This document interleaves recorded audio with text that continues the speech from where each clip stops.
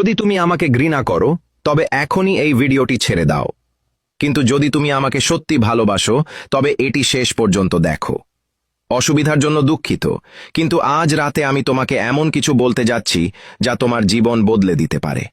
এমন কিছু যা শোনার তোমার দীর্ঘদিনের প্রয়োজন ছিল, কিন্তু কেউ সত্য বলার সাহস পায়নি।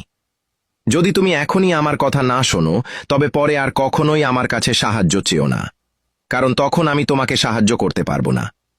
আমি এখানে তোমাকে সতর্ক করতে এসেছি, তোমাকে রক্ষা করতে এবং অনেক দেরি হয়ে যাওয়ার আগেই তোমার চোখ খুলে দিতে।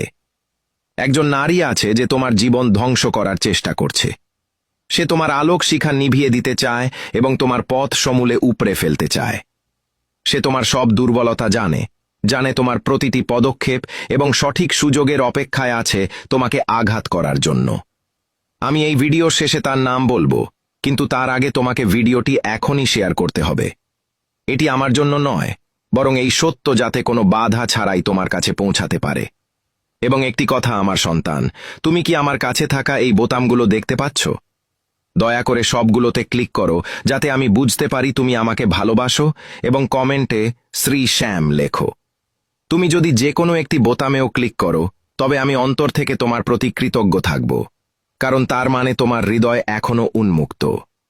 সেই নারী কোনো দূরের কেউ নয়, সে তোমার খুব কাছেরই কেউ, যে ভালোবাসা, সঙ্গ এবং নিরাপত্তার প্রতিশ্রুতি দেয়। কিন্তু আসলে সে তোমাকে নজরে রাখছে, তোমার প্রতিটি পদক্ষেপ বুঝছে এবং তোমার বিরুদ্ধে কোনো এক পরিকল্পনা করছে। সে বিপজ্জনক, চুপচাপ, অত্যন্ত চতুরতার সাথে কাজ করে এবং তোমাকে কষ্টে দেখতে চায়। তাই আগামী দিনগুলোতে সাবধান থেকো, ইশারার দিকে নজর দাও এবং সবচেয়ে গুরুত্বপূর্ণ কথা, তার থেকে দূরত্ব বজায় রাখো।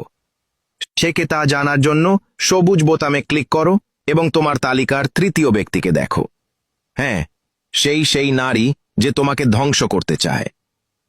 যদি তুমি মহাবিশ্বের বিভিন্ন গ্রন্থ এবং তার ভবিষ্যৎবাণীতে বিশ্বাস করো তবে প্রোফাইলটি ফলো করো। এই ভিডিওটি লাইক এবং শেয়ার করো যাতে আমি বুঝতে পারি আমার সন্তান আমাকে সত্যি ভালোবাসে এবং আমার কথা শোনে।